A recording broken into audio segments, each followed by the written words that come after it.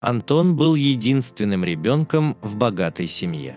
Когда мать его растила, то часто повторяла ему: «Сынок, главное тебе хорошо жениться.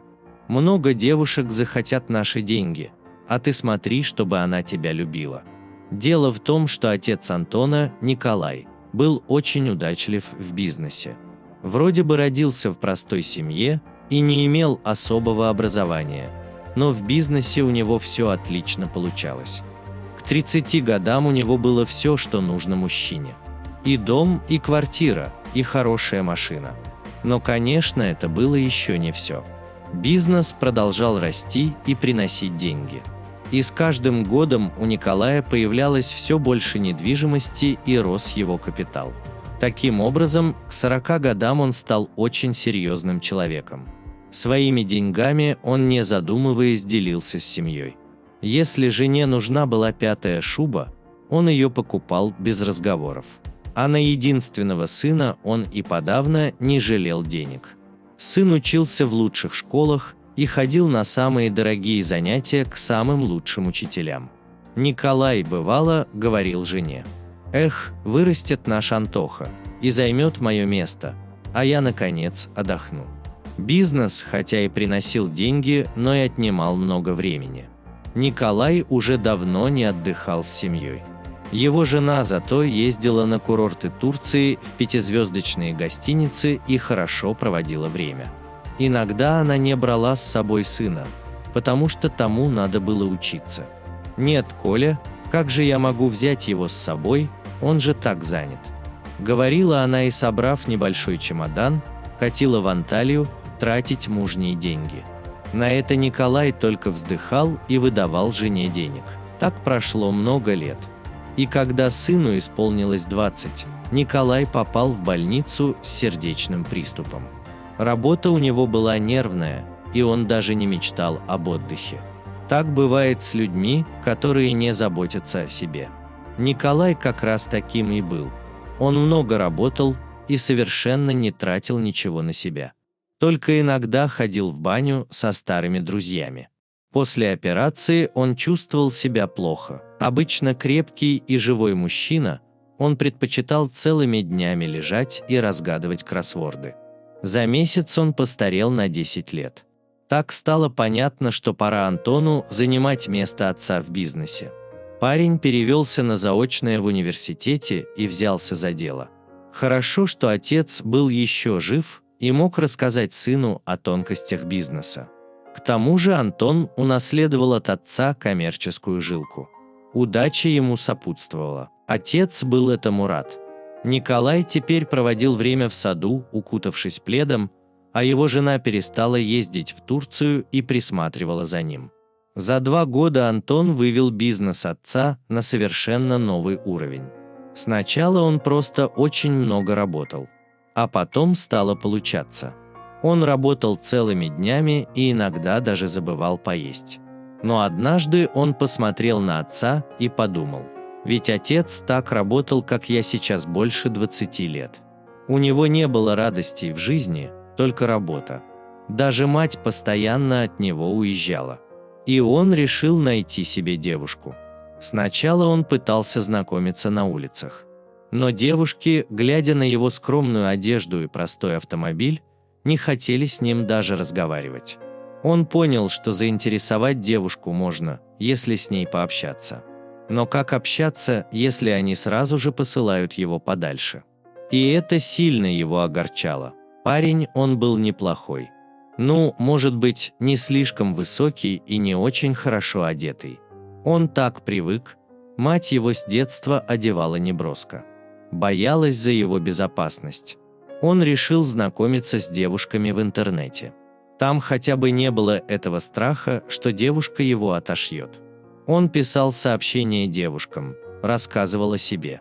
Нет, всего он не рассказывал. Он говорил о том, что он студент, и у него есть мелкий бизнес, который позволяет ему не помереть с голоду. Некоторые девушки захотели с ним встретиться. Писал-то он грамотно и хорошо излагал мысли. Он сходил на свидание с несколькими. Одна ему понравилась больше всего. Она была невысокая, худенькая, и с длинными до пояса волосами. Еще она носила очки. Она смеялась над шутками Антона и слушала его рассказы с удовольствием. Ему показалось, что он ей на самом деле понравился. Ее звали Варвара. Через несколько встреч он стал постоянно думать про Варю. Про ее волосы, блестящие и длинные, про ее тонкие руки и худенькие плечи. Так они встречались 3 месяца. Она ничего не позволяла такого, да и Антон не настаивал. Ему хотелось чаще общаться с ней. В основном они гуляли по улицам. Иногда ездили на природу на стареньком авто Антона. Он стал думать, что хотел бы жениться на ней. Она была сирота и жила с бабушкой. Про бабушку она рассказывала, что та преподает в университете. Антон постоянно думал о своих чувствах и анализировал их, пытаясь понять, правильно ли было бы жениться сейчас. И согласилась бы на это Варя. Мать вскоре заметила его задумчивость и начала его расспрашивать. «Что случилось, Антон? Ты что-то стал задумчив». «Да ничего, мама, все хорошо», – отвечал он. Но мать не отставала. И вскоре он ей признался, что встретил хорошую девушку. Мать всполошилась. «Я надеюсь, ты не рассказал ей, что у нас много денег». «Нет, я сказал, что я студент и у меня есть небольшой бизнес». «Зря ты это сделал. Слово «бизнес» для этих искательниц легких денег просто волшебное. Они на него клюют. Скажи ей, что твой бизнес обанкротился, и увидишь, как она к тебе относится». Антон задумался. С одной стороны, он начал верить Варе. Она была искренняя, чистая девушка. А с другой стороны, мать была намного старше и лучше знала жизнь. Может быть, она была права. Антон думал несколько дней. И решился. Когда он пришел на встречу с Варей, то сделал грустное лицо, и когда она стала его расспрашивать, он ей сказал: «Мой бизнес развалился. Я банкрот. Мне едва хватит денег, чтобы заплатить за обучение». Варя принялась его утешать. А потом просто сидела рядом и думала о чем-то. «О чем ты думаешь?» – спросил он ее с замиранием сердца. Она долго молчала. А потом сказала: «Я думаю, что ты мне очень нравишься. Я уверена, что у тебя большое будущее. Я чувствую это. Даже если твой бизнес развалился, ничего страшного в этом нет. Ты умный и сильный. У тебя все получится». Антон прижал ее к груди. «Варя, выходи за меня замуж. Снимем однушку и поселимся вместе», – попросил он ее.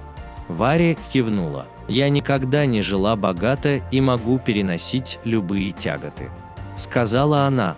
«Лишь бы вместе. А когда-нибудь у нас будет большой красивый дом. Я уверена, что будет». Ее реакция расставила все по местам. Ему стало спокойно и хорошо. Через месяц они сыграли скромную свадьбу.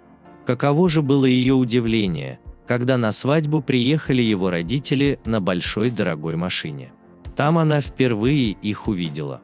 А сразу после свадьбы они приехали в большой дом, который Антон построил специально для себя и своей молодой жены.